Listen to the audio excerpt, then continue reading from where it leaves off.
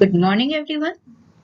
Welcome once again on this platform of Sudha-Success channel, which is an initiative of our Honorable Commissioner, College Education, Jaipur, Rajasthan. I am Dr. Vineeta Srivastava from SMP Government PG College, Nathdwara. And our today's session is devoted to witch hunting. Witch hunting is an important topic for UPSC Civil Services examination, particularly for the general studies papers, where there is a mention of society, current issues, social problems, norms, traditions, values, beliefs, and policy for social welfare. Witch hunting is an important and relevant topic. Witch hunting is an extreme example of gender discrimination. Witch hunting involves branding of victims, especially women, as witches, where they are accused of possessing supernatural powers to harm others. The victims are subjected to numerous forms of humiliation and torture. This practice is still on in various parts of India. The practice of witch hunting is a grave social stigma. In order to understand the practical insights about the problem of witch hunting, we need to understand the gravity of the problem and its grave consequences. We need to understand the concept, background, and reality of witch hunting. We need to understand the role and actual practices of the institutions dealing with witch hunting, including NGOs, panchayats, police, judiciary, media, etc. Legal scenario also needs an analysis from examination and advocacy point of view. We need to focus on conclusions and suggestions followed by questions and queries. In order to make this complex practice of witch hunting clear to you, I have divided my session in 3 parts. In this session, that is part 1, I will focus on the gravity of the problem and the grave consequences. In very short, legal purview will be shown to you. The main focus of this session, that is part 1, will be on the concept, background, and reality. We will also try to analyze the role expected and actual practices of the family, neighborhood, police, panchayats, community, judiciary, etc. In part 2, we will come to know about various international, national, and state level instruments or legislations to deal with this inhumane practice of witch hunting. This will be followed by conclusions and suggestions and questions and queries. Part 3 will deal with legal purview with particular reference to Rajasthan. We will particularly focus on Rajasthan Prevention of Witch Hunting Act 2015. Also, we will analyze Rajasthan Prevention of Witch Hunting Prevention Rules 2016, followed by questions and queries. In order to understand the gravity of the problem of witch hunting, let us focus on the data of the National Crime Record Bureau of India. The data discloses that more than 2,500 Indians have been chased, tortured, and killed in such hunts between 2000 and 2016. First of all, let us try to know that who are the victims of witch hunting. Basically, single women, widowed women, childless women, elderly women, women of lower caste with weak or no social support system are the victims of witch hunting. And in some cases, even the couple or the members of the whole family have reportedly been the victims of witch hunting. Now, let us focus on the places where this inhumane practice is on. Basically, the witch hunting is a customary practice in India and is prevalent in rural, isolated areas, especially among the tribal population. The incidents of witch hunting are prominent in 12 states of India, which are Assam, Bihar, Chhattisgarh, Gujarat, Haryana, Jharkhand, Madhya Pradesh, Maharashtra, Odisha, Rajasthan, Uttar Pradesh, and West Bengal. If we rely on newspaper reporting, then we would find cases of witch hunting reportedly in other states as well. For example, Delhi. It has been witnessed in tribal and rural areas that if widespread diseases occur or famine occurs, which causes deaths to animals as well as humans, the allegation develops on the most vulnerable people of the society for witchcraft, followed by violence. Witches are also convenient explanations for rising infant mortality rates and deaths due to malaria, typhoid, or cholera. People who brand women as darken or witch capitalize on deeply rooted superstitions and systems built on patriarchy to lay blame on females. Lack of education, awareness, literacy, and the prevalence of caste system have exacerbated the violence. Most of the states of India don't state witchcraft as a motive of murder.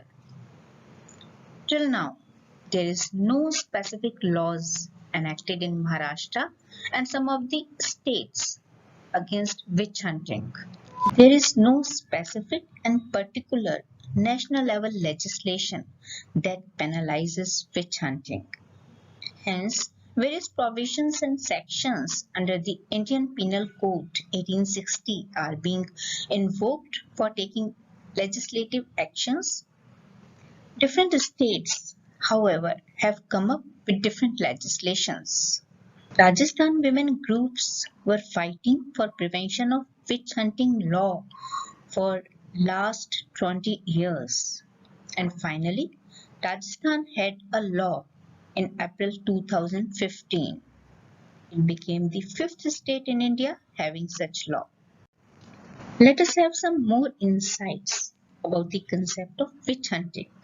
For this, let us focus on some more definitions of witch hunting. Let us take the definition of Merriam-Webster on witch hunt. According to it, witch hunt is a searching out for persecution of persons accused of witchcraft.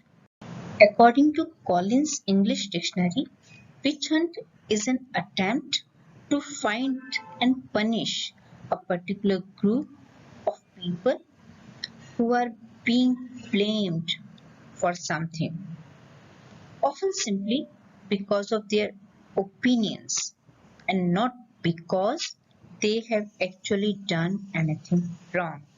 This definition makes it clear that the victims of witch hunting have actually not done anything wrong. It is basically the preconceptions of some of the persons, influential persons of the community, to blame and brand them as causing witchcraft and causing harm to the society. Witchcraft is the practice and belief in magical abilities and the one who possesses one is called a witch or wizard.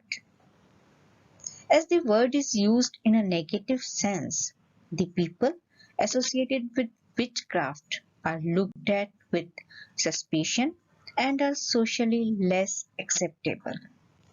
Basically, witch hunting is the witch practice where the women alleged of causing detrimental influences are branded as witches by ojhas, the so-called supposed to be witch doctors or tantrics or community people, and are thereafter put to various kinds of heinous atrocities like haunted, banished, flogged, belted, thrashed, beating, burnt, etc. In some cases, even the victims and their children are socially excluded and even put to death. The women accused of being witches are called by various names like Dian, Dakan, Beta Khauki or Sun Eater, Adam Khauki or Man Eater, Bhutni, etc. Thus, witch hunting involves both physical as well as verbal abuse.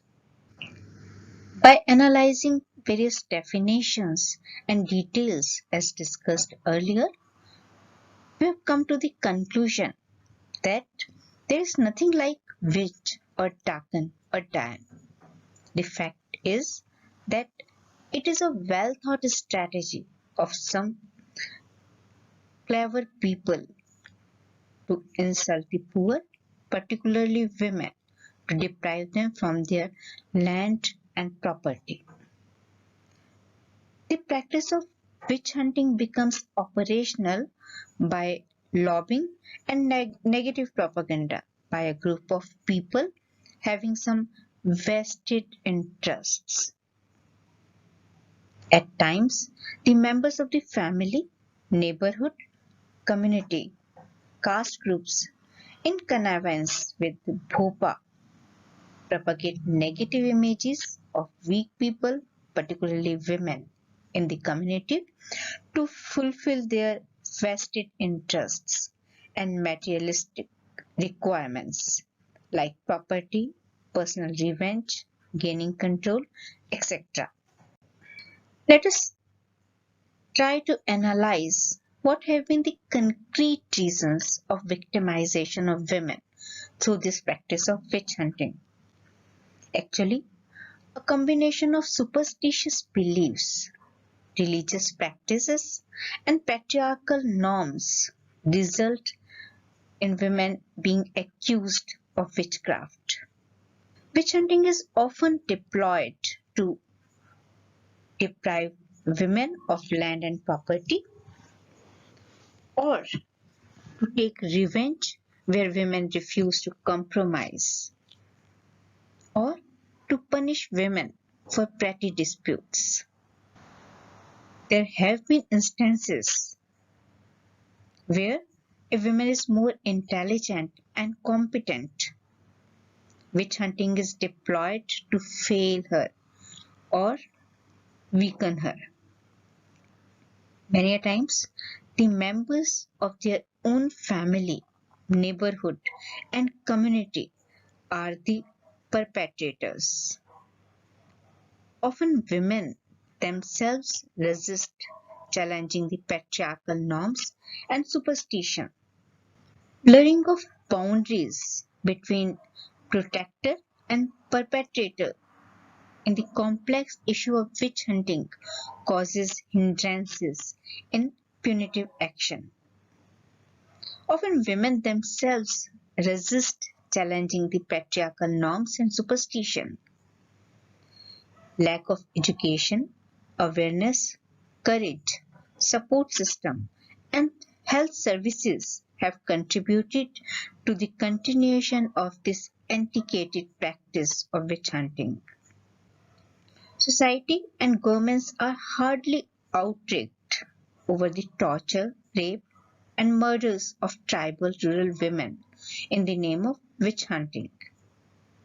As a result of this lethargic response and action, accused most of the times goes unpunished. After gaining some insights about this complex practice of witch hunting, let us focus and try to understand what have been the various institutions involved in the practice of witch hunting. Family is the first and the basic institution for the protection of women, followed by nearby institutions like community and panchayat. Law and police are also there to protect women against any torture or atrocities. But actually, at times, some of these institutions themselves become perpetuators of the practice of witch hunting. Let us focus on these institutions one by one with respect to the practice of witch hunting.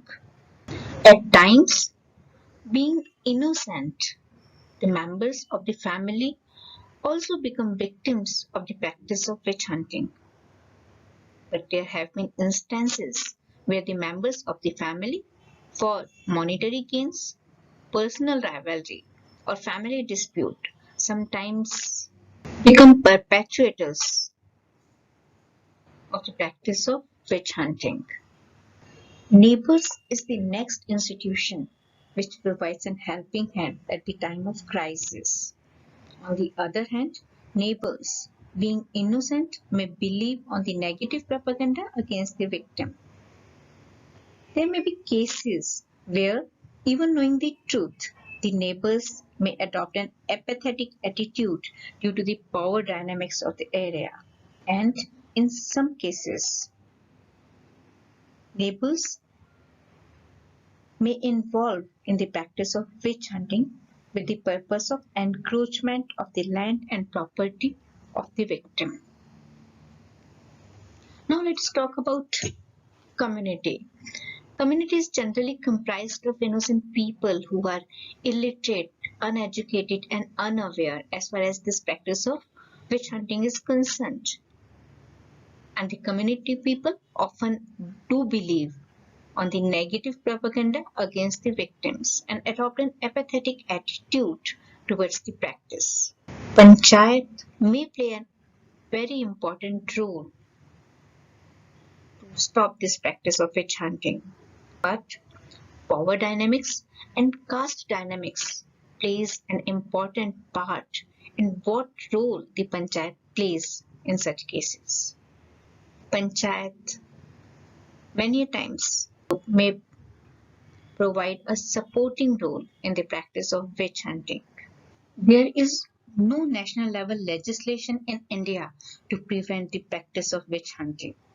Some of the states like Maharashtra still do not have any specific legislation to deal with the practice of witch hunting.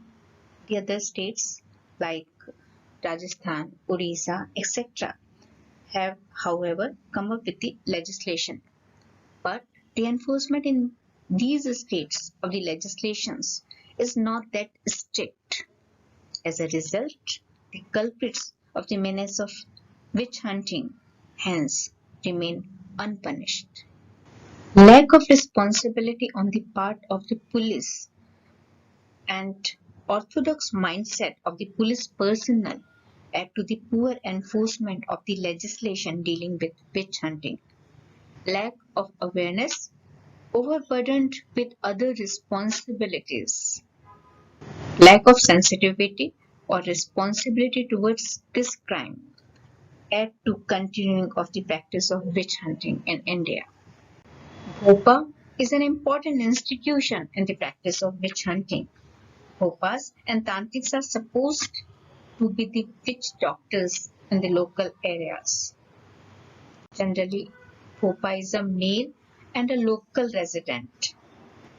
He is the one who is responsible in giving torture to the victims in the name of witch hunting.